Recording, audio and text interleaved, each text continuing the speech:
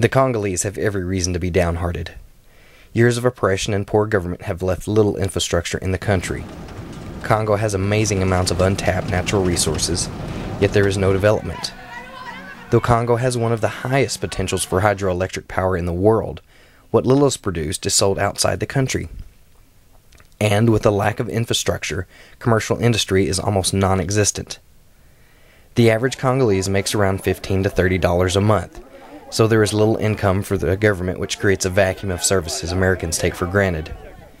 There is a limited railway system and no established road system through the country. And what dirt roads do exist are in poor repair and often undrivable during the rainy season. Congolese often walk or ride hundreds of kilometers down these paths to sell goods or visit existing hospitals. But most live a life of isolation from the world. Yet life is like this in times of peace. During war, the people live in constant fear. The architecture of the times show how much fear. High walls with the tops often adorned with razor wire, spikes, or broken glass surround the houses of those who could afford it. Even the guest house where the group stayed had been affected. In 1998, a missionary's wife hid under the dining room table with her children after bullets began flying through the window. Luckily, no one was killed. But until last year, the bullet holes were still in the walls. Though times are changing, there is still a fragile peace. But after what the Congolese have seen in the past, times are good. Reverend John Mack Taylor is leading his 4th mission group into the DRC and sees significant change. When I walk down the street, I can see flowers and trees that are budding. I can see birds in the air and hear them singing. There's insects on the ground because the ecological system has been replenished and is revived. Animals, just domestic animals are around. There's goats that are walking up and down the dirt streets of the town because people are caring for them rather than eating them. So there's life, there's new life. There's so much activity in the town that's created primarily because of the church. If the church was not there, there would be very, very little hope. Monday morning, the medical team started their daunting task of treating patients. By the time they had arrived that morning, over 100 people had already gathered outside the clinic. After a few formalities and introductions, the group began treating patients. As for me, I was just finding out what else was going on in the North Katanga Conference. As far as leaders go, Bishop Natambo is a strong symbol of leadership in North Katanga. The bishop views the church as a source of inspiration and hope for the people. So much, in fact, that the church's projects are not viewed as projects strictly for the church people, but rather projects for the entire community. Bishop Natambo believes the village churches should be the center point of the communities and serve as an example of the way of life the people should strive for. Nobody will believe, but we are really in Kamina. Nobody will believe that this is Kamina. You will think it's America.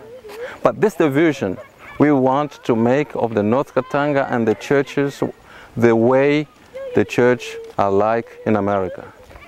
We want to make of the North Katanga personages the way personages are in America. We would like to live America in the North Katanga. However, building materials are not commercially available, so the church has taken the initiative to create their own. Around 70 kilometers away, bordering the jungle, Natambo set up a sawmilling operation with the primitive means available.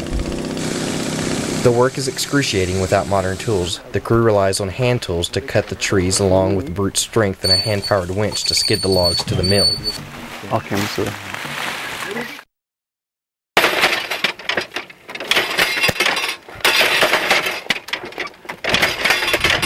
Elsewhere, a team of workers are making mud bricks.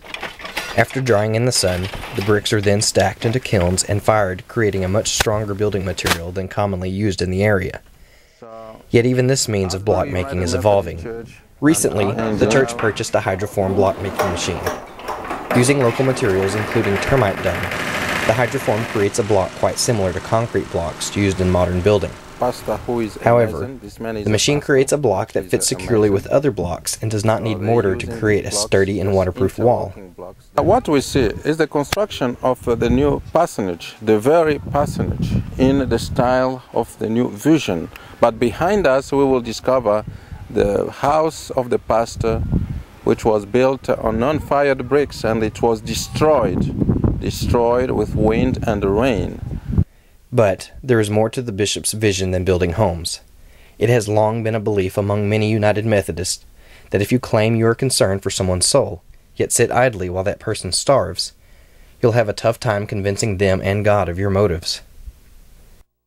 Once there was an overabundance of game for hunting in Congo, but in North Katanga that isn't the case. Years of overhunting have decimated the wildlife, plus a method of setting brush fires to drive out what little game is left are destroying the ecosystem. Yet again, there is a light of hope on the horizon. In the last couple of years, the conference has acquired 3 farms.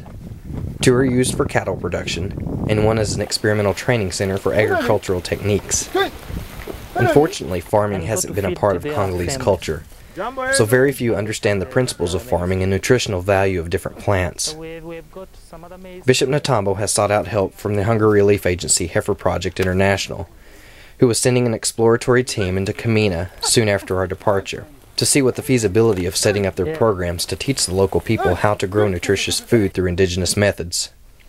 Currently, soybeans, corn, peanuts, and Chinese cabbage are being grown on the farm. The hope is to renovate an old Belgian mansion located on the property into a training center to teach the local people how to move away from the massive growing and consumption of manioc and toward a healthier diet. At the present time, the farm is producing enough food to supply nutritious meals for the church's 2 current child relief operations, the Abandoned Children's Home and the Community Nutrition Center, which are led by Bishop Natambo's wife, Mama Shimba. In its temporary location, the Abandoned Children's Home houses hundreds of orphans who have lost their parents to war, AIDS, and other causes. Yet in the near future, the construction of their new home will be completed, which will allow the church to house more children. The Nutrition Center offers healthy meals to community children suffering from malnutrition and helps to teach parents better nutrition principles. Yet, as grim as these situations seem, life is far better than it was. Only a few short years ago, Bishop Natambo and Reverend Taylor performed a mass burial for 128 children. Reverend Taylor came home diagnosed with post-traumatic stress disorder. There were a number of children who were killed. And there were about 100 or so children who were dead. We placed children in a mass grave.